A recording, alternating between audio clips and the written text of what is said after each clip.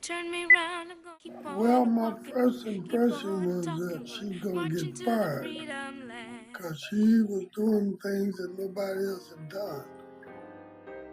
Clara Luper became a prominent figure in the Oklahoma civil rights movement by leading protests, sit-ins, and marches to help desegregate public places. This stand impacted the modern world by eventually breaking down laws that promoted racial inequality.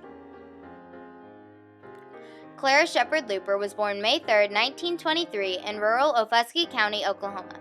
She was raised in Hoffman, Oklahoma. Her father was Ezell Shepard and her mother was Isabel Shepard. She had 3 children, 2 biological and 1 adopted. And she would always tell us, nobody's smarter than you are. They just outthink you. She went to an all-black high school in Grayson, Oklahoma. She went to college at Langston University, where she received a minor in history and a BA in mathematics. She always liked to tell people that she finished in the top 5 in her class. Well, we asked her about that, and she said there were only 5 students in the class.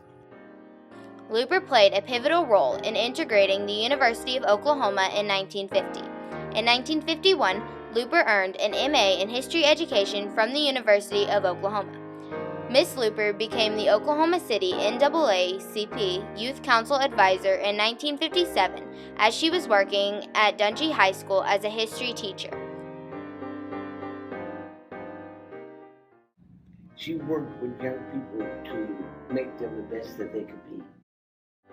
Luper was deeply affected by the accomplishments of Martin Luther King Jr. and the Montgomery bus boycott at this time. When we were trying to develop a holiday for Dr. King, Luper was the only teacher that would take out of school that day. Brother President was a play written and staged by Clara Luper and the Youth Council about Dr. King's philosophy of nonviolence. In 1958, Luper and the Oklahoma City Youth Council were invited to perform Brother President for the NAACP in New York City. They could buy food, but they had to leave to eat it. They could try on clothes, but if you tried on clothes, you had to buy them. From 1958 to 1964, Miss Luper mentored the NAACP Youth Council members during their campaign to end segregation of public accommodations through protests, boycotts, and sit-ins. Everybody marching for a simple purpose of freedom. On Tuesday afternoon, August 19, 1958, Luper entered the segregated Cats drugstore in downtown Oklahoma City with a group of youth council members.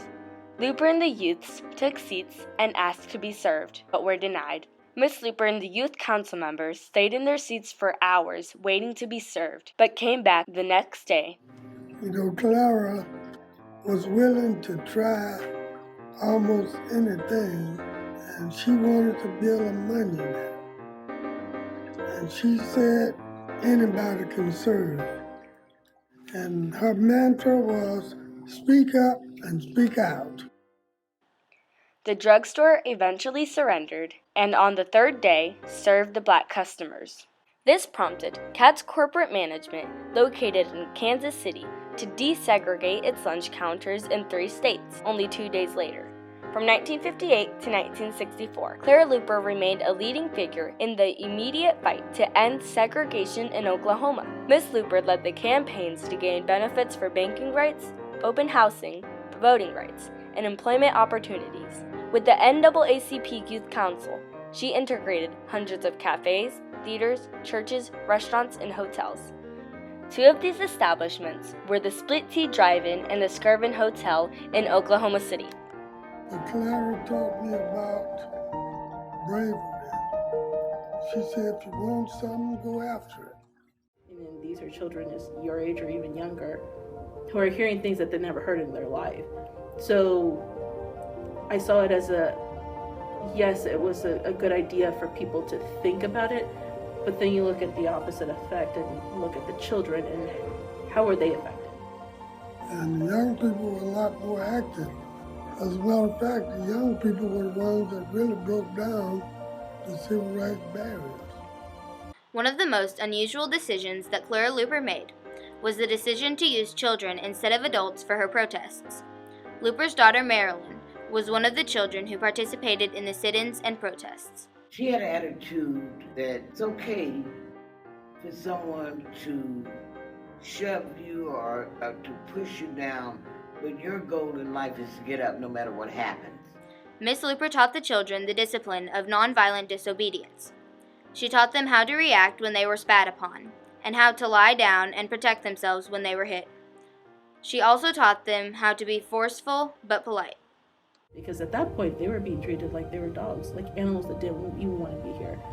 Children really had to be strong. Miss Luper had an immeasurable impact on the national civil rights movement. She was arrested 26 times. I had to move. I came from a family that believed in something that was bigger than themselves. My family believed in the sun when it didn't shine and in the rain when it didn't fall. They believed in a God that they had never seen, and they believed that someday we would be able to stand and stand strong. Clara Luper, along with the Oklahoma City Youth Council, attended the NAACP's annual conference every year. Luper participated in the March on Washington and witnessed Dr. King give his I Have a Dream speech.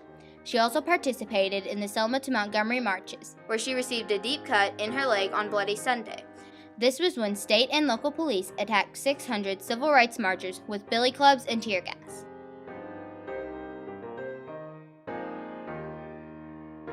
You gotta speak up for it, so we did. We marched in the street for it. Not in a way that was going to interfere with somebody else's life, but we wanted to make sure that people knew that we were aware that we wasn't being treated equally or fairly. Clara Luper remained an imperative figure as an educator, activist, and fearless NAACP supporter, even after 1964. She enlarged the length of her concerns to include advancement for political, educational, and economic equality. In 1968, she was involved in a highly disputed plan to desegregate school systems legislated earlier that year. She and several other African American teachers were selected by Oklahoma City's Northwest Classen High School to fulfill this plan. Shortly after, she went on to teach history and media studies at John Marshall High School. Clara Luper ran for election to the United States Senate in 1972, however, was narrowly defeated. When asked by the press if she, a black woman, could represent white people, she responded, "Of course, I can represent white people, black people, red people, yellow people, brown people, and polka dot people. You see, I have lived long enough to know that people are people." Mrs. Luper also wrote a book called Behold the Walls. This book is an autobiography that talks about Clara Luper and the fight to end segregation. The book is a great example for people who don't know about Clara Luper, what segregation was like, and to give an idea how being colored was during that time. It also talks about the barriers that people came up against and some of the most important aspects of Mrs. Luper's life. This book has pictures of important events that occurred, the NAACP, Clara Luper, and the other important people that participated in the fight to end segregation. In honor of her noble accomplishments, she received many awards and was inducted into the Oklahoma Hall of Fame, the Oklahoma Afro-American Hall of Fame, and the Oklahoma Women's Hall of Fame. Clara Luper lived a very prosperous life, yet died at age 88 on Wednesday night, June 8, 2011, after battling a long illness. I want to be remembered as a lover of people who wanted more than anything else to help somebody, knowing that if I could help somebody, I would not have lived in vain. I knew we had lost a great leader, and it would be hard to fill her shoes. Well, she was the last living icon of the NAACP.